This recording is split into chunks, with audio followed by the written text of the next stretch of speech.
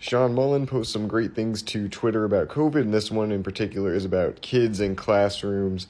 It's something I've wanted to talk about. I'm going to read out the tweet and then kind of respond to it or elaborate. So the tweet says, there's a critical aspect of SARS-CoV-2, which is COVID-19, infection that many still don't grasp. This virus has a way of affecting us all differently, but one thing is increasingly clear. Children are alarmingly more susceptible to airborne pathogens like tuberculosis, RSV, and pneumonia now than before. The reason? Their school environment encapsulates and forces sharing of air filled with biologically hazardous pathogens, and their immune systems are still developing, making them more vulnerable to such infections.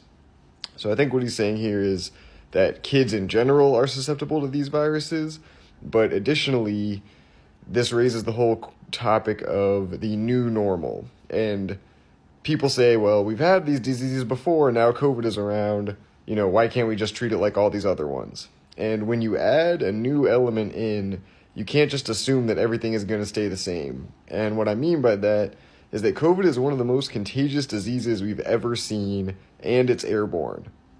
And so what it's doing is it's damaging people's immune systems, and it is so contagious.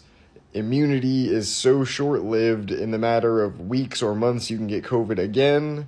The variants are just changing. Every couple months we have a new variant. And it's creating a situation where it just fundamentally changes something like a classroom or a school bus. There's a person on Twitter who just talks about how school buses are the perfect super spreader scenario. They have horrible ventilation. They have a ton of people packed together twice a day.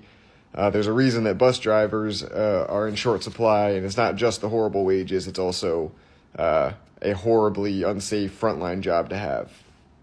And we still don't know the long-term impacts of COVID. They all look pretty bad, but my basic point is that you cannot say that adding a new, extremely contagious disease does not fundamentally change if it's safe to have kids in a classroom, if it's safe to have conferences.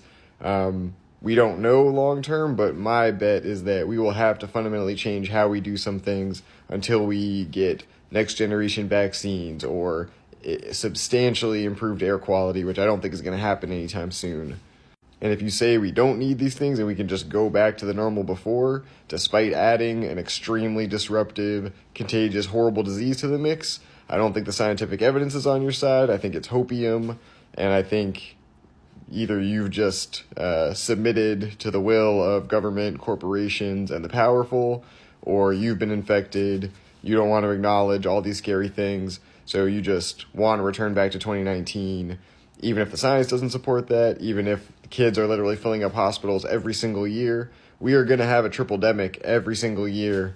Now it's a quad-demic with, mycoplasmia, pneumonia. I might have gotten the word wrong, but quad-demic, sex-demic. That'd be fun if we had a sex-demic. But anyway.